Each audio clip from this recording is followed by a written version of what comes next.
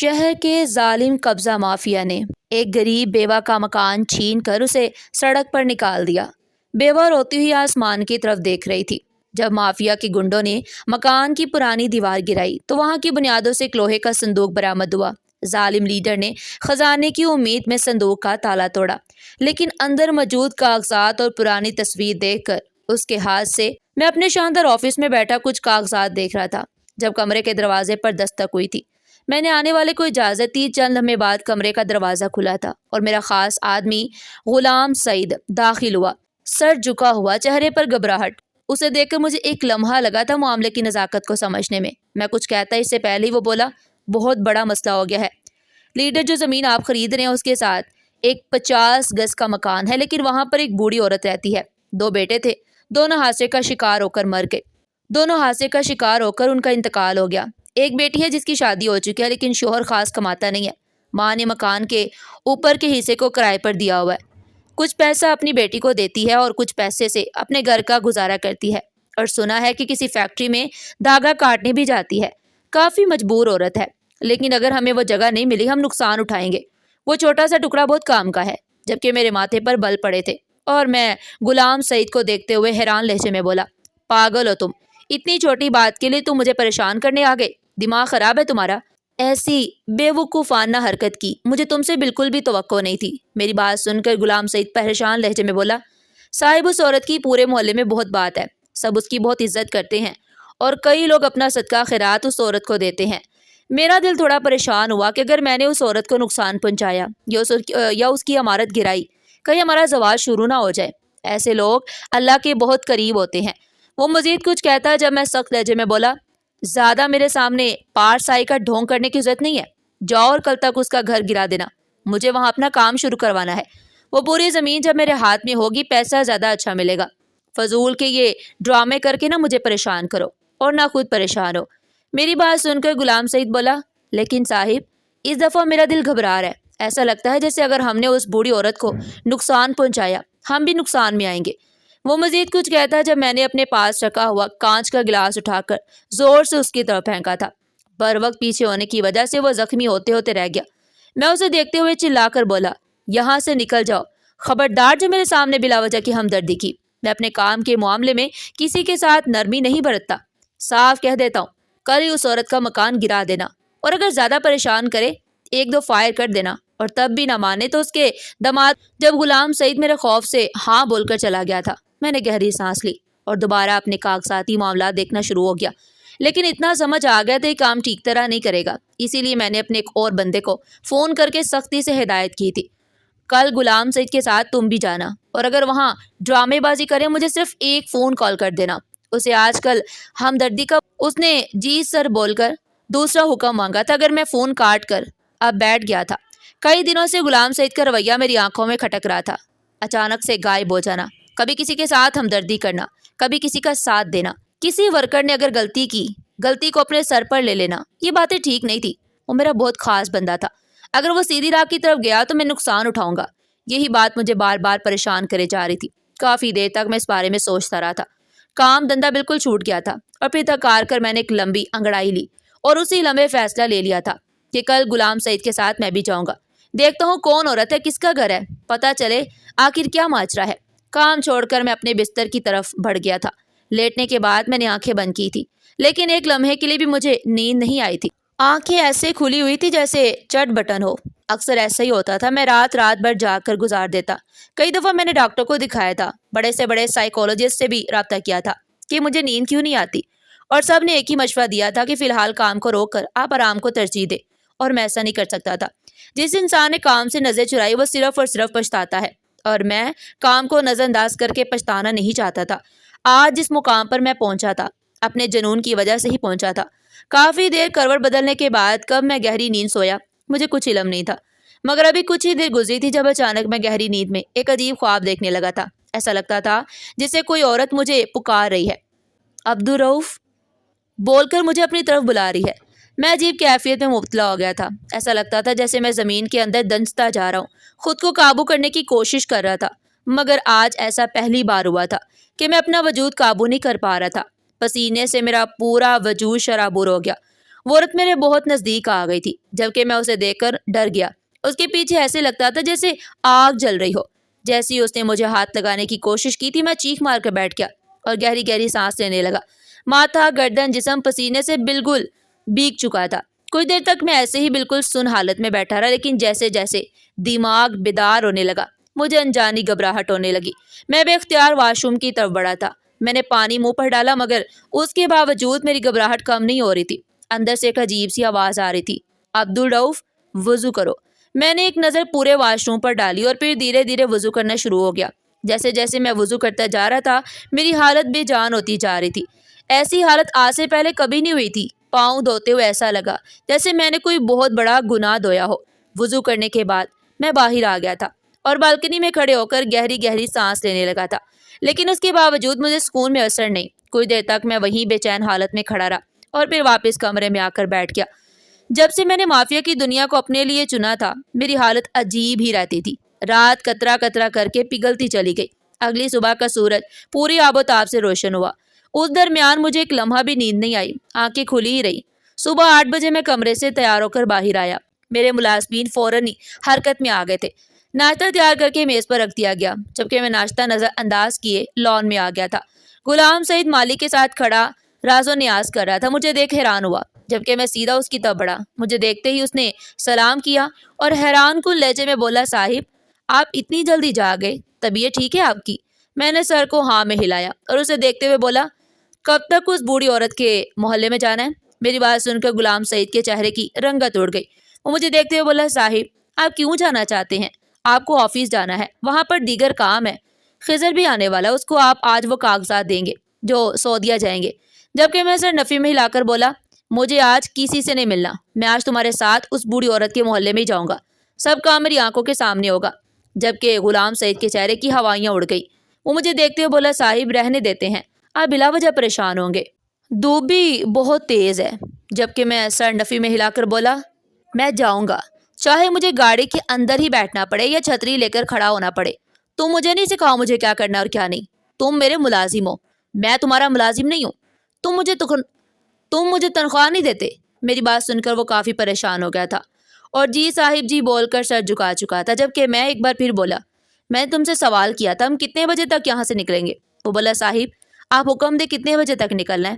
میں نے گھڑی کی طرف دیکھا تو وہ اب 9 بجے آ رہی تھی۔ میں فوراً بولا، گاڑیاں تیار کراؤ، ہم ابھی کے ابھی نکل رہے ہیں، باقی کنسٹرکشن والوں کو ڈائریکٹ وہیں بلا لینا، اور ہاں زیادہ اگر وہاں کوئی تماشا کرنے کے لیے کھڑا ہو سیدھا فائر کرنا، باقی میں سنبھالوں گا۔ یہ کہہ کر میں گاڑیوں کی طرف بڑھ گیا، جبکہ غلام سعید اب سب چیزیں ترتیب دینے لگا۔ گاڑی میں بیٹھنے کی دیر تھی کہ دروازے کھل گئے تھے۔ 3 گاڑیاں اس محلے کے لیے روانہ ہوئی تھی۔ میری سیکیورٹی بہت اہم تھی، حالانکہ مجھے سیکیورٹی کی ضرورت نہیں تھی، مگر غلام سعید میرے معاملے میں بالکل بھی رعایت نہیں کرتا تھا۔ میں نے جب اس فیلڈ کو اپنے لیے منتخب کیا، جب سے ہی غلام سعید کسی سائے کی امانت میرے ساتھ رہتا، وہ میرے لیے ایسا تھا جیسے میرا بازو ہو۔ ہاں میں اس کو یہ ظاہر نہیں کرتا تھا کہ تم میرے لیے بہت اہم ہو، لیکن اس کے بغیر میں کچھ بھی نہیں تھا۔ گاڑیاں روڈ پر آ گئی تھی، تینوں گاڑیاں لائن سے چل رہی تھی۔ غلام سعید میرے ساتھ ہی تھا، وہ ڈرائیور کے ساتھ آگے بیٹھا ہوا تھا، جبکہ میں پیچھے موبائل میں آئی ہوئی میل وغیرہ دیکھ رہا تھا۔ ایک لمبی مسافت طے کر کے ہم کچے علاقے میں داخل ہو گئے۔ یہاں پر جو زمین میں نے خریدی تھی، اس زمین پر میں ایک فیکٹری بنانا چاہ رہا تھا، اور اس زمین کے ساتھ اس بوڑھی عورت کی زمین تھی، جو اگر مجھے مل جاتی میرے لیے بہت اچھا تھا۔ گاڑیاں اس محلے میں داخل ہوئی تھی، اتنی بڑی بڑی لینڈ کروزرز، جیسے داخل ہوئی لوگ اپنے گھروں سے باہر آ گئے۔ گاڑیاں اس بوڑھی عورت کے مکان کے سامنے جا رکی۔ میں کروزر سے باہر نکلا، وہ مکان بالکل میری زمین کے ساتھ ہی تھا۔ واقعی اگر مجھے یہ زمین بھی مل جاتی میرے لیے بہترین بات تھی۔ غلام سعید نے میرے سامنے ہی دروازے پر دستک دی۔ دروازہ اس بوڑھی عورت نے ہی کھولا تھا، جھکی ہوئی کمر، چہرے پر جھریاں، چہرے پر سفید دوپٹہ۔ میں نے اس عورت کا چہرہ غور سے دیکھا، نہ جانے کیوں اسے دیکھ کے ایسے محسوس ہوتا تھا جیسے ہم پہلے بھی مل چکے ہیں، مگر کہاں اور کیسے اس بات کا اندازہ مجھے نہیں تھا۔ غلام سعید اب آہستہ آواز میں اس عورت سے بات کرنے لگا، جبکہ میں بالکل خاموشی سے سگارٹ جلائے کھڑا ہو گیا۔ آگے پیچھے لوگ حیران نظروں سے ہم سب کو دیکھ رہے تھے۔ محلے میں وحشت سی پھیل گئی، جبکہ میں ایسے ہی کھڑا ہوا تھا جیسے یہ محلہ ہی میری اپنی جاگیر ہو۔ انسان کے پاس اگر پاور ہو وہ کچھ بھی کر سکتا ہے، ایسا ہی حال میرا تھا۔ وہ بوڑھی عورت غلام سعید کی بات سے متفق نہیں ہوئی، اسی لیے وہ اپنی چھڑی تھوڑی بلند کرتے ہوئے بولی، میں اپنا گھر کسی کو نہیں دوں گی، جاؤ یہاں سے، کیوں پریشان کرنے آ گئے ہو؟ تمہارا آدمی بھی پہلے میرے پاس آیا تھا، اس کو بھی میں نے سمجھا دیا تھا کہ میں اپنا گھر نہیں دوں گی. میں کیوں اپنا مکان کسی کو دوں؟ کیوں مجھے تم لوگ پریشان کرنے آ گئے ہو؟ میں تمہاری شکایت پولیس میں کروں گی. اس عورت کی بات سن کر میرے لبوں پر ایک طنزیہ مسکراہٹ آ گئی تھی اور میں اس عورت کی طرف بڑھتے ہوئے بولا، ایک لمحہ لگے گا تمہاری یہ گھر گرا دوں گا. جو غلام سے ڈیل کر ہے اس پر متفق ہو جاؤ. کیا چاہتی ہو؟ کچھ بھی تمہارے حصے میں نہ آئے. میری بات سن کر اس عورت نے مجھے غور سے دیکھا تھا. ایک لمحے کے لیے مجھے اس کی آنکھوں میں شناسائی سی محسوس ہوئی تھی، مگر وہ فوراً ہی سر جھکا کر بولی، میں سب کچھ پہلے ہی بول چکی ہوں. یہ مکان میری آخری امید ہے. میں تم لوگوں کو معاف نہیں کروں گی. پولیس میں جا کر تمہاری کمپلین کروں گی. تم لوگ بچ نہیں پاؤ گے. جبکہ میں غلام سعید کو دیکھتے ہوئے بولا، یہ عورت اپنی حرکتوں سے باز نہیں آئے گی. تم بلڈر بلاؤ اور مکان گراؤ، جو ہوگا میں دیکھ لوں گا. جبکہ غلام سعید اشارے سے مجھے ایک طرف لے آیا اور دھیمی آواز میں بولا، صاحب ایسا نہیں کرتے. وہ عورت کافی بوڑھی ہے اور لوگ بھی کافی اکٹھے ہوتے جا رہے ہیں. میری ماں نے اس کی بیٹی سے بات کر لیتے ہیں. وہ سمجھدار ہے، معاملے کو سمجھتی ہے. شوہر بے شک نکارا ہے لیکن لڑکی بہت ہی عقل والی ہے. جبھی اب تک اپنا گھر بسا کر بیٹھی ہوئی ہے. میں سر نفی میں ہلا کر بولا، میں کسی کی کوئی بات نہیں سننے والا. تم بلڈر بلا رہے ہو یا نہیں؟ پھر میں خود اپنے طریقے سے کام شروع کروں. اور تم کب سے میرے سامنے بولنا شروع ہو گئے ہو؟ کئی دن سے دیکھ رہا ہوں میری ہر بات پر نفی کرنا تم نے اپنا پسندیدہ مشغلہ بنا لیا ہے. غلام سعید میرے پاس تمہارے علاوہ بھی بہت وفادار ملازم ہے. ایک لمحہ لگاؤں گا تمہیں نوکری سے نکالنے میں. گھومتے رہنا یہاں وہاں، کوئی تمہیں نوکری بھی نہیں دے گا کیونکہ تم میرے آدمی ہو. کیا چاہتے ہو تمہارا لگا لگایا کام چلا جائے؟ اپنی بیوی بچوں کو روڈ پر لانا چاہتے ہو؟ میرے سخت الفاظ اس کو بے شک تکلیف پہنچا چکے تھے، لیکن ابھی فی الحال اس کو یہ ڈوز دینا ضروری تھی. وہ سوری بول کر بلڈر کو فون کرنے ایک طرف ہو گیا، جبکہ وہ عورت مجھے ہی غصے بھری نظر سے دیکھ رہی تھی. لیکن مجھے کوئی فرق نہیں پڑ رہا تھا. مجھے صرف اور صرف اپنی زمین چاہیے تھی. حالانکہ نہ جانے کیوں میرا دل اپنا بھی گھبرا رہا تھا، لیکن میں گھبراہٹ کی طرف دھیان دینا ہی نہیں چاہتا تھا. آج میں مافیا کا اتنا بڑا لیڈر ایسے ہی نہیں بنا تھا. انسان کو اپنے اندر کے زمین کو مارنا پڑتا ہے. خود کو اتنا سخت دل بنانا پڑتا ہے کہ اگلا تمہارے سامنے تڑپ تڑپ کر مر جائے لیکن تمہیں فرق نہیں پڑے. اور میں بھی ایسا ہی ہو گیا تھا. اتنی جائیداد، کاروبار، اتنا نام ایسے ہی آسانی سے نہیں بن گیا تھا. کچھ دیر بعد غلام سعید میرے پاس آیا اور سر جھکا کر بولا، صاحب صرف 10 منٹ میں بلڈر آ رہے ہیں اور اس بوڑھی عورت کا گھر گرا دیں گے. ایک دفعہ آپ بات کر کے اسے سمجھا دے اور آپ اپنے طریقے سے پیسوں کے آفر دے. کیا پتہ یہ سمجھ جائے اور سامان نکالنے پر رضامند ہو جائے. گھر کے اندر کافی سامان ہے، کرایہ دار کا بھی سامان ہے. یہ بہت پریشان ہو جائے گی. جبکہ میں نے اب غصے سے غلام سعید کو گھورا تھا. مجھے پتا تھا یہ اپنی بات رکھے بغیر خاموش نہیں رہے گا. بے شک میں جتنا بھی اسے نکالنے کی دھمکیاں دوں، لیکن میں غلام سعید کے بغیر بالکل ادھورا تھا. وہ میرے لیے واقعی میرا بازو تھا. میں جل بن کر اس بوڑھی عورت کی طرف بڑھا جو لوگوں سے بات کر کے ان سے مدد کی اپیل کر رہی تھی. مجھے دیکھتی وہ غصے سے مڑی تھی اور سخت لہجے میں بولی، میں بتا رہی ہوں میں تمہیں اپنا گھر نہیں دوں گی. تم کیوں میرے سر پر سوار ہو رہے ہو؟ جبکہ اس کی بات سن کر میں بولا، میں تمہارے سر پر سوار نہیں ہو رہا. تمہیں ایک بہترین آفر دے رہا ہوں. یہ 50 گز کا مکان ہے جس کی رقم تمہیں زیادہ سے زیادہ 30 یا 35 تک مل جائے گی. میں تمہیں پورے 50 لاکھ روپے ابھی ہاتھ کے ہاتھ دوں گا. تم 1 گھنٹے میں اس گھر کو خالی کر دو اور یہ گھر میرے نام کر دو. بولو منظور ہے؟ جبکہ وہ عورت سر نفی میں ہلا کر بولی، یہ میرا اور میرے شوہر کا گھر ہے. میرے بچے اس گھر سے رخصت ہوئے ہیں. میری بیٹی اس گھر سے ہی اپنی زندگی کو آسان بنا رہی ہے. یہ گھر نہیں، میری جنت ہے. اس گھر میں ہماری بہت سی یادیں جڑی ہوئی ہیں. میں یہ گھر تمہیں نہیں دے سکتی. تم اپنی فیکٹری بنانا چاہتی ہو تو تم بناؤ، تمہیں کوئی نہیں روک رہا. تم بلا وجہ میرے گھر پر نظر کیوں گاڑ رہے ہو؟ میرے گھر کے علاوہ بھی پچھلے حصے کی طرف ایک گھر ہے جو خالی ہے اور اس کا مالک اس گھر کو بیچنا چاہتا ہے. تم وہ کیوں نہیں خرید دیتے؟ جبکہ میں سر نفی میں ہلا کر بولا، وہ میرے حصے میں نہیں آتا. تمہیں مارکیٹ ریٹ سے کافی زیادہ پیسے دے رہا ہوں. تم ایک بے وقوف عورت ہو. تمہاری جگہ پر کوئی سمجھدار مرد ہوتا اب تک یہ ڈیل قبول کر چکا ہوتا. لیکن شاید تمہیں اپنا ہی نقصان کروانا ہے. میں اب بھی تمہیں موقع دے رہا ہوں. تمہارے پاس صرف 10 منٹ ہیں. سوچ سمجھ کر فیصلہ کر لو، کیونکہ ایک دفعہ اگر بلڈر آ گئے میں رعایت نہیں کروں گا اور تمہارا گھر گرا دوں گا اور مجھے کوئی نہیں روک سکتا. وہ عورت آسمان کی طرف دیکھتے ہوئے بولی، ہاں مجھے پتا ہے تم بہت طاقتور انسان ہو. تم کچھ بھی کر سکتے ہو. لیکن جو تمہارے اوپر ہے یعنی میرا اللہ، جس پر مجھے خود سے زیادہ یقین ہے، وہ تمہیں معاف نہیں کرے گا. وہ میرے ساتھ کبھی ناانصافی نہیں کرے گا. میں نے کبھی اس کی خلاف ورزی نہیں کی. میرا شوہر انتقال کر گیا ہے. میں نے اللہ کے حکم کو تسلیم کیا اور صبر کیا. میرے 2 بیٹے اس دنیا سے رخصت ہو گئے. میں تب بھی صبر کیا. لیکن اگر اب میرا یہ گھر گیا، میں اپنے اللہ سے تمہاری شکایت کروں گی اور وہ میرا رب تمہیں تڑپا تڑپا کر مارے گا. تم اگر ایک بیوہ عورت کے ساتھ ایسا کرو گے، تمہیں ایک لمحہ بھی سکون میں اثر نہیں ہوگا. اس کی بات سن کر میں بے اختیار ہنسا اور اس عورت کو دیکھتے ہوئے بولا، یہ فلسفی باتیں کسی اور کے سامنے کرنا، میرے سینے میں دل نہیں پتھر ہے، تمہارے الفاظوں سے مجھے کوئی فرق نہیں پڑ رہا۔ اور یہ حقیقت تھی، وہ کیا بول رہی تھی اس بات سے مجھے بالکل بھی فرق نہیں پڑ رہا تھا۔ میں اگر ابھی بات کر رہا تھا تو صرف غلام سعید کی وجہ سے، ورنہ میں ایسے لوگوں سے بات کرنا بھی ضروری نہیں سمجھتا تھا۔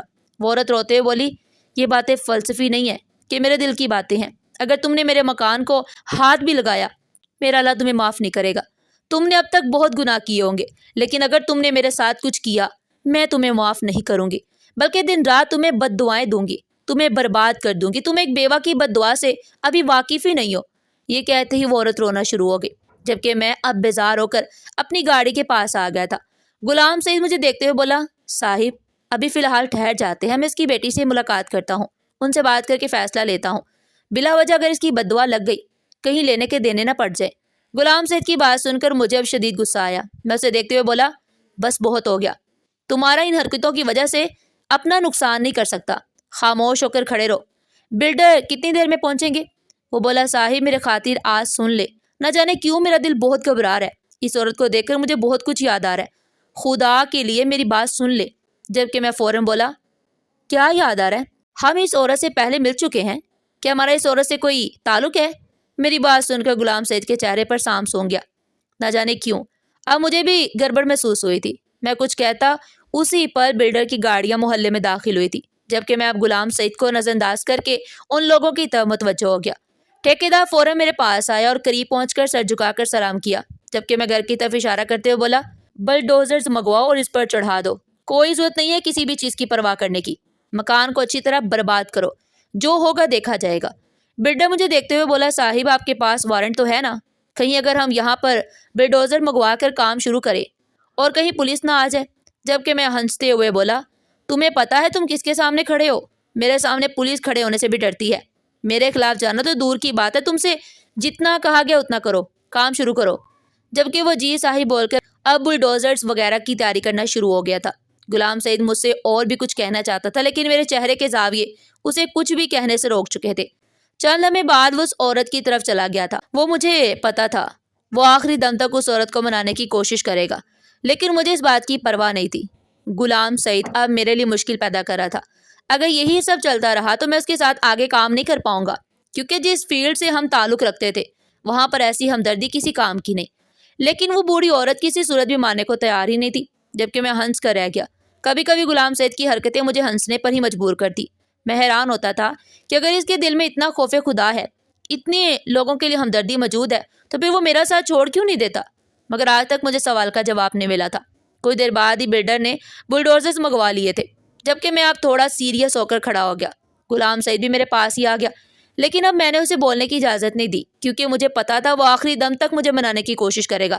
میں نے جیسے ہی بلڈر کو ہاتھ کے اشارے سے آگے بڑھنے کو بولا، غلام سعید درمیان میں کھڑا ہو گیا تھا اور بلڈر کو روک کر میری طرف دیکھتے ہوئے بولا، میں آپ کو حقیقت نہیں بتا سکتا، لیکن صرف اتنا کہوں گا، آپ یہ مت کروائیں۔ اگر اس گھر کو کچھ ہوا، آپ خود کو معاف نہیں کر پائیں گے۔ اس کی آنکھوں میں آنسو تھے، چہرہ سرخ ہو رہا تھا، ایسے لگتا تھا جیسے وہ بہت ضبط کا مظاہرہ کر رہا ہو۔ میں اسے دیکھتے ہوئے بولا، تم مجھے حقیقت بتا رہے ہو یا پھر میں کام شروع کراؤں؟ وہ سر نفی میں ہلا کر بولا، میں آپ کو ابھی کچھ نہیں بتا سکتا، پلیز میری بات پر یقین کریں، یہ صحیح نہیں ہے۔ ہم اس کے پیچھے والی زمین خرید دیتے ہیں، لیکن اس گھر کو چھوڑ دیتے ہیں، آپ کبھی بھی خود کو معاف نہیں کر پائیں گے۔ مجھے غلام سعید کی باتیں الجھا رہی تھی، اور جو باتیں مجھے الجھاتی تھی انہیں میں اپنی زندگی سے نکال دیتا تھا۔ میں نے اشارے سے بلڈوزرز کو کام کرنے کا بول دیا تھا۔ جیسے اس نے آگے والی دیوار کو توڑنے کے لیے پہلا قدم اٹھایا، وہ عورت چیخ چیخ کر رونا شروع ہو گئی۔ دیوار کا ایک حصہ گر چکا تھا اور اس میں سے ایک صندوق باہر گرا تھا۔ میرے قدم خود بخود اس طرف بڑھ گئے۔ بلڈوزرز میں موجود بلڈر مجھے دیکھ تھم گیا، کیونکہ میں دیوار کے قریب تھا اور میرے گارڈز فوراً میری حفاظت کے لیے آگے آئے۔ میں نے جھک کر اس صندوق کو اٹھایا جو لوہے کا تھا۔ نہ جانے کیوں میرے دل میں پہلی بار لالچ ابھری، کیا اس صندوق میں کوئی خزانہ ہے؟ میں نے پلٹ کر غلام سعید کو دیکھا، اس کا چہرہ مزید سرخ ہو گیا، جو اس بات کی علامت تھی کہ وہ اس بات سے واقف ہے اس صندوق میں کیا ہے۔ وہ بوڑھی عورت اب بالکل بے جان ہو کر زمین پر بیٹھی ہوئی تھی۔ اس کے گھر کی عمارت کا ایک حصہ ٹوٹ چکا تھا۔ گھر میں موجود کرایہ دار بھی باہر کھڑے ہو کر سب تماشا دیکھ رہے تھے۔ میں نے صندوق کو اپنی گاڑی کے اوپر رکھا۔ اس صندوق پر ایک چھوٹا تالا لگا ہوا تھا۔ میں نے اشارے سے اپنے گارڈ کو توڑنے کا حکم دے دیا۔ ابھی گارڈ تالا توڑتا جب گلی میں ایک نسوانی آواز گونجی تھی، امی! یہ آواز میرے اعصاب جھنجھوڑ چکی تھی۔ میں نے خواب میں تصور بھی نہیں کیا تھا زندگی کے اتنے سالوں بعد یہ آواز میں سن پاؤں گا۔ میں نے پلٹ کر دیکھا، ایک لڑکی اس بوڑھی عورت کے پاس بیٹھی اس کے سینے سے لگی رو رہی تھی، جبکہ میں اس کی پشت دیکھ بالکل بے جان ہو گیا۔ چہرہ سرخ ہونے کی باری اب میری تھی۔ میرا ملازم صندوق کا تالا توڑ چکا تھا اور سر جھکا کر ایک طرف ہو گیا، جبکہ میری نظریں اس لڑکی پر ہی ٹکی ہوئی تھی۔ غلام سید کی آواز میرے کان کے پردے سے ٹکرائی۔ دیکھیں اس صندوق میں کیا ہے؟ میں نے آپ کو بہت روکا، بہت سمجھایا کہ اگر آپ نے اس عمارت کے ایک بلاک کو بھی نقصان پہنچایا آپ خود کو معاف نہیں کر پائیں گے، لیکن آپ کو میری بات سمجھ نہیں آئی۔ دیکھ لیں اب نتیجہ۔ جبکہ میں ایسا تھا جیسے کاٹو تو بدن میں لہو نہ رہے۔ میں نے خواب و خیال میں تصور بھی نہیں کیا تھا کہ اگر اس لڑکی کا ہوگا جس کو نقصان پہنچانے کے خیال سے ہی میری جان چلی جاتی ہے۔ میں نے سر گھما کر صندوق کو دیکھا تھا۔ جیسے ہی میں نے اس صندوق کو کھولا اس میں خط، تصاویر، پھول اور کچھ تحائف رکھے ہوئے تھے جو مجھے ماضی کے اس حصے میں دھکیل رہے تھے جس کے بارے میں سوچ کر میری روح کانپ جاتی تھی۔ میں 19 سال کا تھا جب زندگی نے مجھے دوڑانا شروع کر دیا۔ 15 سال کی عمر میں امی بابا دونوں اس دنیا سے چلے گئے اور میری ذمہ داری گلی کے گنڈے عظیم نے اپنے سر لی تھی۔ وہ ذمہ داری نہیں تھی بلکہ فائدہ تھا۔ وہ مجھ سے چھوٹی چھوٹی چوریاں کروا کر اپنا گزارا کرتا تھا۔ لوگ اسے ڈرتے تھے، اس لیے میں اس کی سنگت میں رہنا پسند کرتا تھا۔ جیسے جیسے بڑا ہوتا گیا میں بڑی بڑی واردات کرنے لگا اور ایک ایسی واردات میں گر گیا جس کے نتیجے میں مجھے جیل جانا پڑا۔ میں اس وقت صرف 19 سال کا تھا۔ میری وہاں پر ملاقات شاکا بھائی سے ہوئی تھی جو آج بھی میرے لیے بہت اہمیت کا حامل ہے۔ 19 سال کی عمر میں نے پہلی بار جیل کو توڑا تھا اور بھاگ گیا تھا۔ یہ میرے لیے بہت حیران کن تھا، اتنا بڑا کام میں کیسے کر گیا، لیکن یہ سب شاکا بائی کی مدد کی وجہ سے ہوا تھا۔ وہ مجھے اپنے ساتھ اپنے اڈے پر لے آیا تھا۔ میں وہیں پر اس کے ساتھ رہنے لگا۔ میں نے اسے اپنا بڑا بھائی مان لیا تھا۔ عظیم سے میں نے دوبارہ ملاقات نہیں کی۔ اس انسان سے ملاقات کرنے کا کوئی فائدہ نہیں تھا کیونکہ اس کی وجہ سے میں بہت بڑے خسارے میں مبتلا ہوا تھا۔ شاکا بائی سے ملاقات میرے لیے بہت مفید ثابت ہوئی۔ ماں باپ کا رخصت ہو جانا اولاد کے لیے بہت ہی برا ہوتا ہے۔ امی ابا کا میری دنیا سے جانا مجھے بالکل ویران کر گیا اور میں ہر اس بری چیز کو اپنانے لگا تھا جو میرے لیے واقعی نقصان دہ تھی۔ اس درمیان میری ملاقات ایک لڑکی سے ہوئی جو میری ہم عمر تھی لیکن بہت معصوم، اتنی کہ اسے دنیا کی سمجھ ہی نہیں تھی، 7 پردوں میں قید رہنے والی، لیکن صرف میں نے اس کی ایک جھلک دیکھی تھی اور میں دیوانہ ہو گیا۔ میں نے بنا سوچے سمجھے اس کو شادی کے لیے پرپوز کر دیا اور اس نے مجھے صرف اتنا بولا تھا میں تم سے شادی کروں گی لیکن اگر تم یہ برے کام چھوڑ دو گے۔ میں نے اس وقت اس سے وعدہ کر لیا لیکن میں نہیں جانتا تھا کہ یہ وعدہ میرے لیے بہت برا ثابت ہوگا۔ جب میں نے اپنے دل کی بات شاکا بائی سے بولی انہوں نے صاف انکار کر دیا تھا۔ ان کا کہنا تھا کہ تم ایسا کچھ نہیں کرو گے، تمہیں مافیا کی فیلڈ میں جانا ہے، مافیا کا لیڈر بننا ہے، تم نے ہر کوالٹی موجود ہے، میں تمہیں بہت آگے دیکھنا چاہتا ہوں، تم لڑکی کے چکروں میں پڑھ کر اپنی زندگی برباد نہیں کرو۔ اس وقت میں خاموش ہو گیا لیکن میں چھپ چھپ کر نادیہ سے ملنے لگا تھا اور یہ بات شاکا بائی کو پتہ چل گئی۔ انہوں نے مجھے اپنے گینگ سے نکال دیا۔ ان کا کہنا تھا کہ جو لوگ میری بات کو نہیں مانتے میں لوگوں سے کوئی رشتہ ناتا نہیں رکھتا۔ فی الحال میں بھی خوشی خوشی الگ ہوا تھا کیونکہ مجھے نادیہ کا ساتھ چاہیے تھا، لیکن قیامت اس وقت آئی جب نادیہ نے مجھے دھوکہ دیا تھا۔ وہ کسی اور کو پسند کرنے لگی اور اسی سے شادی کی خواہش مند تھی۔ ان دونوں کو میں نے ہوٹل میں دیکھ لیا تھا۔ وہ دن میری زندگی کا سب سے برا دن تھا۔ وہ رات میں بہت رویا، اتنا کہ میری آنکھیں سرخ ہو گئی۔ میں نے جس لڑکی کے لیے اپنی زندگی کو بدلا اس لڑکی نے مجھے اتنا بڑا دھوکہ دیا۔ اگلے دن جب میری ملاقات نادیہ سے ہوئی میں نے اس کے سامنے یہ بات رکھی۔ وہ مجھے دیکھتے ہوئے صرف اتنا بولی تھی، میں تم جیسے گنڈے سے شادی نہیں کر سکتی، میں عزت دار باپ کی بیٹی ہوں، تم سے محبت کر سکتی ہوں، تمہارے نام کا دم بھر سکتی ہوں لیکن شادی نہیں کر سکتی۔ وہ لڑکا میرا بوائے فرینڈ نہیں ہے، میرے باپ کی پسند ہے۔ بابا جتنے بھی بند ذہن کے انسان ہو لیکن ان کا کہنا تھا کہ ایک دفعہ اس لڑکے سے ملاقات کرو، اور اسے ملاقات کر کے میں کافی مطمئن ہو گئی ہوں کیونکہ وہ تمہاری طرح گنڈا نہیں ہے۔ اس کی بات سن کر میں فوراً بولا تھا میں گنڈا نہیں ہوں، میں تم سے بہت محبت کرتا ہوں، تمہاری خاطر میں نے ہر بری چیز کو چھوڑ دیا، میں نے اس برائی کو چھوڑ دیا ہے صرف تمہارے لیے، کیا میں تمہارے لیے اتنا بھی اہم نہیں ہوں؟ اور اس نے صرف اتنا بولا تھا کہ ہاں نہیں ہو، اور اگر تمہیں مجھ سے محبت ہے تو آئندہ کے بعد کبھی میرے راستے میں نہیں آؤ گے۔ یہ الفاظ نہیں تھے، میرے لیے خنجر تھے۔ میں روتا رہ گیا تھا لیکن وہ چھوڑ کر چلی گئی۔ میں اس کے پیچھے نہیں جا سکتا تھا کیونکہ وہ واقعی میری پہلی محبت تھی۔ میں شاکا بائی کے پاس لوٹ گیا۔ مجھے اس حالت میں دیکھ انہوں نے کچھ نہیں بولا، بس خاموشی سے مجھے واپس گینگ کا حصہ بنا لیا تھا۔ کچھ بھی دنوں میں سفاکیت کے اس درجے پر پہنچ گیا تھا کہ مجھے بندہ مارنا بھی کوئی مشکل کام نہیں لگتا تھا، اور دیکھتے ہی دیکھتے میں مافیا کی فیلڈ میں داخل ہو گیا تھا۔ کچھ عرصے میں نے اتنی ترقی کی تھی کہ چند سالوں بعد ہی مجھے مافیا کا لیڈر بنا دیا گیا تھا اور پھر دھیرے دھیرے میں نے گاڑیاں، مکان، اپنا کاروبار سب بنانا شروع کر دیا تھا۔ میرے پاس صرف پاور آنے کی دیر تھی، میں نے دنیا پر راج کرنا شروع کر دیا تھا۔ شاکا بھائی نے بالکل ٹھیک بولا تھا، تمہارے پاس بہت سی کوالٹی ہے، تمہیں صرف اور صرف ایک اچھی سمت چاہیے، اور آج وہ سمت مجھے مل گئی تھی۔ لیکن سامنے زمین پر بیٹھی ہوئی لڑکی کوئی اور نہیں، نادیہ تھی۔ میں ہوش کی دنیا میں لوٹ آیا تھا۔ اس صندوق میں جو خط، کاغذات، تصویر وغیرہ ملی تھی وہ سب ہماری تھی، یعنی میری اور نادیہ کی تصاویر۔ وہ خط جو میں نے اسے لکھ کر دیے تھے وہ اس نے آج تک سنبھال کر رکھے تھے۔ میں حیران ہو رہا تھا، وہ اب میری طرف آ رہی تھی، آنکھوں میں آنسو۔ اسے دیکھ کر پتہ چل رہا تھا کہ وہ اپنی شادی شدہ زندگی میں بالکل خوش نہیں ہے۔ وہ میرے سامنے کھڑی ہو گئی تھی، شاید وہ بھی مجھے پہچان چکی تھی۔ میں کچھ کہتا اس سے پہلے ہی اس نے ایک زوردار تھپڑ میرے منہ پر رسید کیا اور میرا گریبان جھنجھوڑتے ہوئے بولی، 9 سالوں بعد تم سے ملاقات کر رہی ہوں، لیکن تم ایسے ہو جاؤ گے میں نے سوچا بھی نہیں تھا۔ تم نے میری ماں کے ساتھ یہ کیا کر دیا ہے؟ تمہیں پتہ ہے انہیں اس گھر سے کتنی محبت ہے؟ تم نے بولا تھا تم کبھی میرے ساتھ غلط نہیں کرو گے اور نہ کبھی غلط ہونے دو گے، تم کبھی میرے سامنے نہیں آؤ گے۔ پھر یہ سب کیوں کیا؟ تم سب جانتے تھے نا؟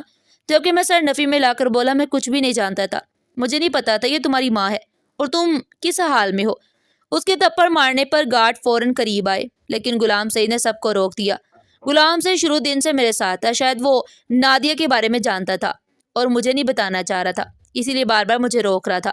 اگر نادیہ کی جگہ کوئی اور مجھے ہاتھ بھی لگاتا میں اب تک اس کا ہاتھ توڑ چکا ہوتا، لیکن سامنے کھڑی لڑکی میری محبت تھی۔ وہ مجھے دیکھتے ہوئے بولی، یہ سب روک دو پلیز، ایسا مت کرو، میری غلطی کا بدلہ میری ماں سے مت لو، وہ بالکل بے قصور ہے، تمہیں پتہ ہے میں بھی بے قصور ہوں۔ تمہیں پانے کے لیے میں نے بہت کچھ کیا، اپنے باپ سے لڑی، اپنے ماں سے لڑی، سب کے درمیان کھڑی ہوئی اور سب کو راضی کر دیا، مگر جب بابا تمہیں گھر بلانے والے تھے اس رات شاکا بائی کی کال آئی تھی۔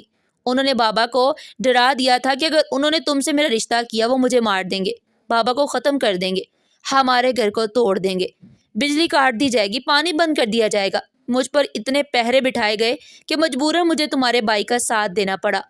جو لڑکا تم نے اس دن ہوٹل میں دیکھا تھا اس سے میری شادی نہیں ہوئی ہے، شادی میری ایک ایسے انسان سے ہوئی ہے جس نے مجھے برباد کر کے رکھ دیا ہے۔ وہ شرابی ہے، مجھے روز مارتا ہے اور میں ہر درد برداشت کرتی ہوں صرف یہ سوچ کر کہ میرے گناہوں کی سزا ہے، لیکن میں نے کوئی گناہ نہیں کیا، میں نے کوئی دغا نہیں کی، میں ڈر گئی تھی۔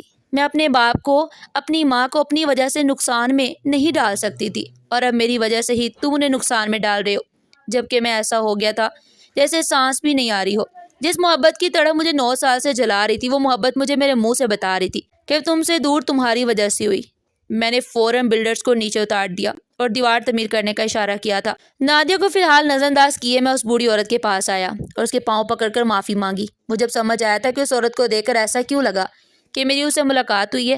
میں نے اس عورت سے معافی مانگی تو وہ روتے ہوئے بولی، ہمارا قصور نہیں تھا، میں اپنی بیٹی کی شادی تم سے ہی کروانا چاہتی تھی، صرف یہ سوچ کر کہ جو شخص میری بیٹی کی خاطر سدھر سکتا ہے، برائی چھوڑ کر اچھائی اپنا سکتا ہے، وہ میری بیٹی کو کتنا خوش رکھے گا، لیکن میں مجبور ہو گئی تھی۔ مگر یہ مت کرو، میرا گھر مجھ سے مت چھینو، یہ میرے شوہر نے بہت محنت سے بنایا۔ میں نے اس عورت سے معافی مانگی اور اس سے وعدہ کیا کہ 1 گھنٹے میں یہ دیوار دوبارہ تعمیر ہو جائے گی، اس پر کلر بھی کرا دیا جائے گا، بے فکر رہیں۔ اور پھر میں نے نادیہ سے بھی معافی مانگی، اور جب میں نے اس کے حالات پر نظر ثانی کی وہ آدمی نادیہ کے بالکل لائق نہیں تھا، وہ آدمی نادیہ کو روز مارتا تھا، اسی سے کام کروا کر اس کا پیسہ بٹورتا۔ میں نے نادیہ کی طلاق کروائی اور اسی لمحے اسے شادی کے لیے پرپوز کیا، جس پر وہ راضی ہو گئی تھی، لیکن فی الحال اسے عدت کرنی تھی۔ 3 مہینے 10 دن اس نے عدت میں گزار دیے، اور پھر میں نے اسے نکاح کیا۔ آج 9 سال بعد میں اپنی محبت کی خاطر برائی چھوڑ کر اچھائی کو اپنایا تھا۔ مافیا سے اپنا نام ختم کر کے میں ایک عام زندگی گزارنا شروع ہو گیا تھا۔ میرے اب کافی کاروبار تھے، مجھے ایسی لیڈرشپ کی ضرورت نہیں تھی۔ میں اور نادیہ اب سکون سے اپنے مکان میں رہتے ہیں۔ میں نے کبھی نہیں سوچا تھا کہ 9 سالوں بعد مجھے میری محبت واپس مل جائے گی۔ ان 9 سالوں کے درمیان کئی عورتوں نے میرے قریب آنے کی کوشش کی، مجھے اپنا بنانا چاہا۔ کون شخص نہیں چاہے گا کہ مافیا کے لیڈر کو اپنا بنا لے؟ لیکن میں کوئی بکاؤ نہیں تھا، میں نے صرف ایک دفعہ محبت کی تھی اور اسی محبت کے احساس سے میں اب تک چل رہا تھا۔ اور کہتے ہیں نا، جب آپ کسی کے ساتھ مخلص ہو جاؤ تو وہ رب کعبہ آپ کو آپ کی مخلصی کا اجر ضرور دیتا ہے۔ مجھے جتنے لوگ یاد تھے کہ میں نے ان کے ساتھ غلط کیا ہے، میں نے ان سب کا بھلا کیا تھا، سب کی زندگیوں کو آسان کیا تھا، ان لوگوں سے معافی مانگی تھی۔ نادیہ کے مل جانے کے بعد ایک بات واضح ہو گئی تھی کہ انسان کے اندر احساس ضمیر اس وقت پیدا ہوتا ہے جب وہ چاہے میری محبت جب وہ چاہے میری محبت جب مجھے ملی میں مرنے سے ڈرنے لگا تھا۔ میری محبت جب میرے قریب آئی مجھے احساس ہونے لگا کہ اگر میں کسی کو تکلیف دیتا تھا تو اسے تکلیف ہوتی تھی، اسے تڑپ ہوتی تھی، وہ روتا تھا۔ کہیں مکافات عمل کی صورت میں میری محبت مجھ سے دوبارہ جدا نہ ہو جائے، اسی لیے میں نے سب سے معافی مانگی تھی، اور معافیہ سے نام ختم کروانا کوئی عام بات نہیں تھی۔ شاکا بائی، غلام سعید، ان سب نے میری بہت مدد کی۔ شاکا بائی سے میں بہت لڑا تھا کہ آپ نے اس وقت میرے ساتھ ایسا کیوں کیا تھا۔ ان کا کہنا تھا کہ میں بس تمہیں کامیاب دیکھنا چاہتا تھا، تمہارے اندر جو جنون تھا وہ تمہیں بہت آگے لے جا سکتا تھا، لیکن اگر تم اس لڑکی کو اپنا لیتے تم کچھ نہیں کر پاتے۔ اگر آج تم اتنے کامیاب بزنس مین ہو تو صرف اس لیے کہ اس وقت تم نے محبت کو اپنے لیے نہیں چنا۔ مجھے ان کی باتیں بالکل سمجھ نہیں آئی تھی، مگر فی الحال میں صرف خدا کا شکر ادا کر رہا تھا کہ اتنے سالوں بعد بھی اس نے مجھے میری محبت لوٹا دی۔ میں تمام سننے والوں کو یہی پیغام دینا چاہوں گا کہ اگر آپ کسی سے محبت کرتے ہیں تو اس کے ساتھ مخلص رہیں، رب کعبہ ایک نہ ایک دن آپ کی مراد ضرور پوری کرے گا۔ ناظرین، آپ کو آج کی کہانی کیسی لگی؟ کمنٹ سیکشن میں اپنی قیمتی رائے کا اظہار ضرور کیجیے گا، اور اس طرح کی مزید سبق آموز کہانی سننے کے لیے چینل کو سبسکرائب کریں، ویڈیو کو لائک کریں اور زیادہ سے زیادہ شیئر کریں۔ پھر ملتے ہیں ایک نئی کہانی کے ساتھ، تب تک کے لیے اپنا بہت سارا خیال رکھیے گا۔ شکریہ، اللہ حافظ۔